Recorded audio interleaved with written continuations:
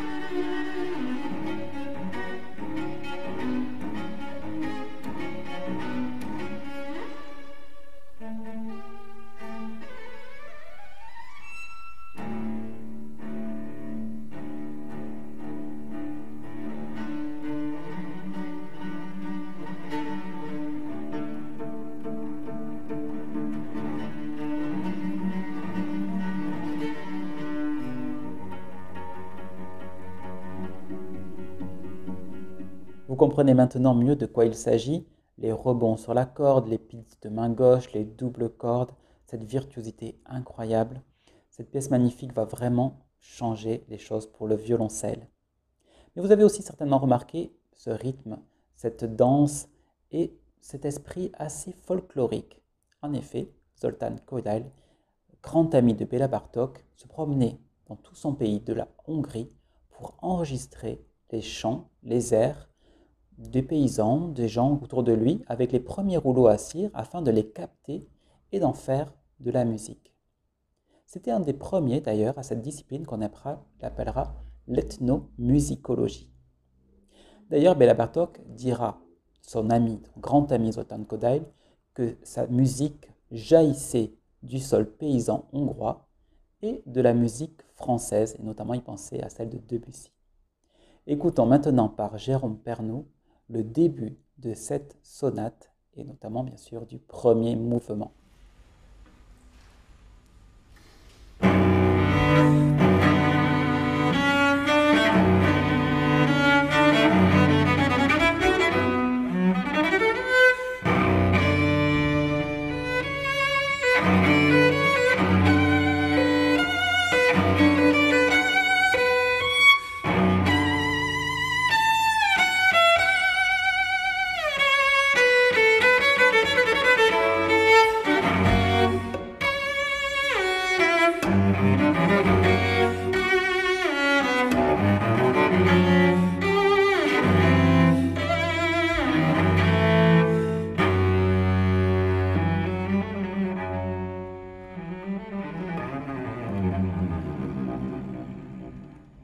Dans ce début déjà si théâtral et si virtuose, vous remarquez tout de suite un élément certainement, c'est cette tonalité de si mineur, et notamment le fait que le violoncelle n'est pas accordé normalement entre guillemets, c'est-à-dire il n'est pas sur do sol ré la, mais sur si fa dièse ré la.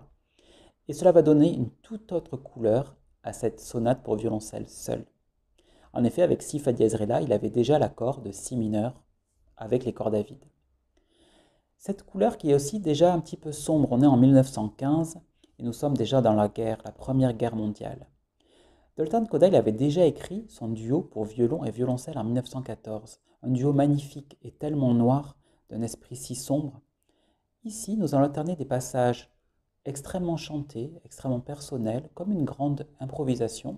Zoltán Kodály était d'ailleurs violoncelliste lui aussi, et ces passages beaucoup plus, comme nous avons vu dans le troisième mouvement, beaucoup plus rythmés. Écoutons d'ailleurs cette mélodie magnifique du début du deuxième mouvement, si triste et si sombre, et vous verrez ce passage qui alterne, grave, et ensuite ce thème dans l'aigu, par une version de Pierre Fournier, là aussi, d'une grande sensibilité.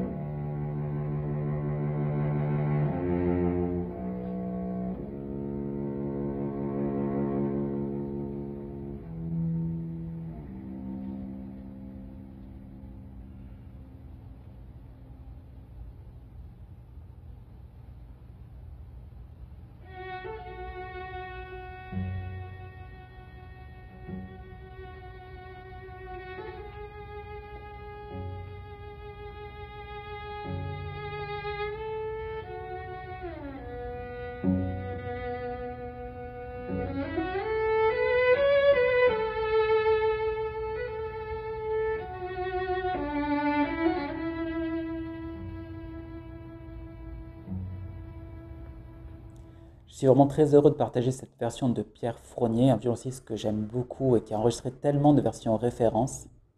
Mais nous allons retourner maintenant au final, et dans ce troisième mouvement, toujours par János Starker, qui est vraiment une des versions certainement les plus belles de cette sonate. Et écoutez donc cette fin qui semble ne jamais vouloir finir, de monter toujours plus haut, plus aigu. Et je vous dis à bientôt sur Tuto Cello.